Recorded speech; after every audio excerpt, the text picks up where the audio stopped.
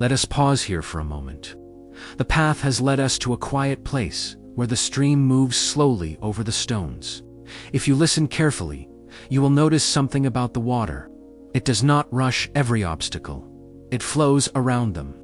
In many ways, mindfulness works like this. In this part of our journey, we explore how mindfulness strengthens impulse control, not through force, but through awareness. Mindfulness is simply the practice of being present with what is happening inside and around you, without rushing to judge it. It is learning to notice your thoughts, emotions, and impulses as they arise, not to fight them, not to suppress them, but to see them clearly. When we live without awareness, impulses move quickly into action. A craving appears, and we react. An emotion rises, and we respond without reflection. But mindfulness creates something very valuable: space. A small but powerful space between the impulse and the action. And within that space, choice becomes possible.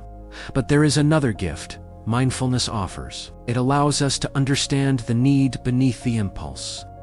When an urge appears to eat, to scroll, to spend, to react in anger, mindfulness asks gently, what is this impulse trying to provide?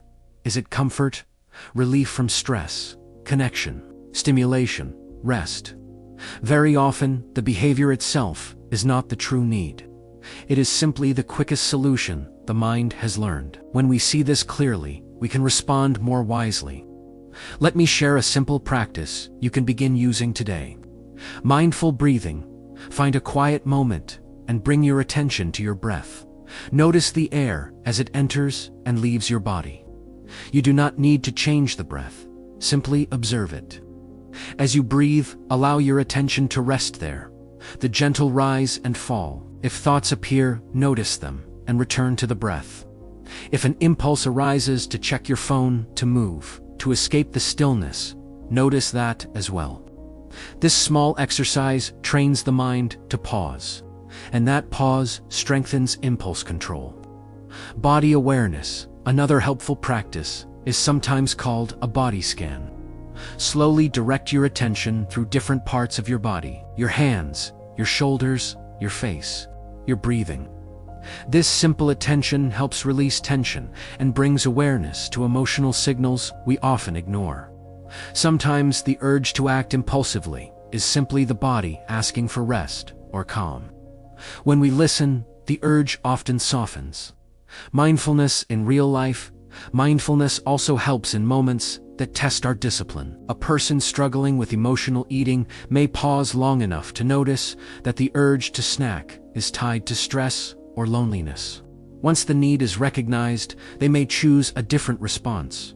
Perhaps stepping outside for a walk, drinking tea, or calling a friend. Someone who struggles with anger may notice the rising heat of emotion before speaking. That moment of awareness can transform a reaction into a thoughtful response. The impulse still appears, but awareness guides what happens next. A gentle practice, if you wish to begin strengthening this skill, start simply. Choose one mindfulness exercise, perhaps mindful breathing or body awareness. Practice it for a few minutes each day for the next week. You may also keep a small journal. When impulses arise, note what you experienced. What triggered the impulse? What feeling was present? What need might have been seeking attention? Over time, patterns will emerge.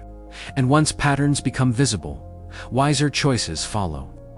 What we have learned together in this section of our journey, we explored several important ideas. Self-discipline helps us remain aligned with the future we want to build. Self-control grows through practical habits, clear goals, wise use of time, visualization, and self-observation. And mindfulness allows us to see our impulses clearly, creating space for thoughtful action. All of these skills share something in common. They are not fixed traits. They are abilities that grow through patient practice. Each moment of awareness strengthens them.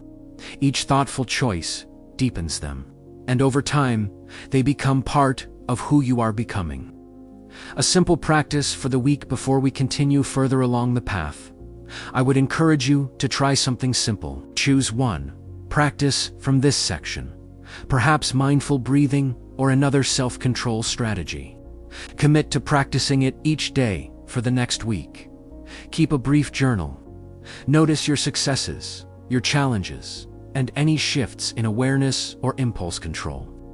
You may be surprised at how much clarity emerges from small, consistent attention. Continuing the journey if you wish to explore these ideas further. There are many thoughtful resources available: books, research articles, and guided mindfulness tools. One widely discussed work is The Power of Habit by Charles Duhigg, which explores how habits form and how they can be changed. There are also many accessible guides to mindfulness practice that can help deepen your understanding. But remember, knowledge alone does not change a life, practice does. So continue walking this path with patience. Awareness grows, self-control strengthens. Habits begin to shift, and step by step, the life you are shaping becomes clearer. Let us continue,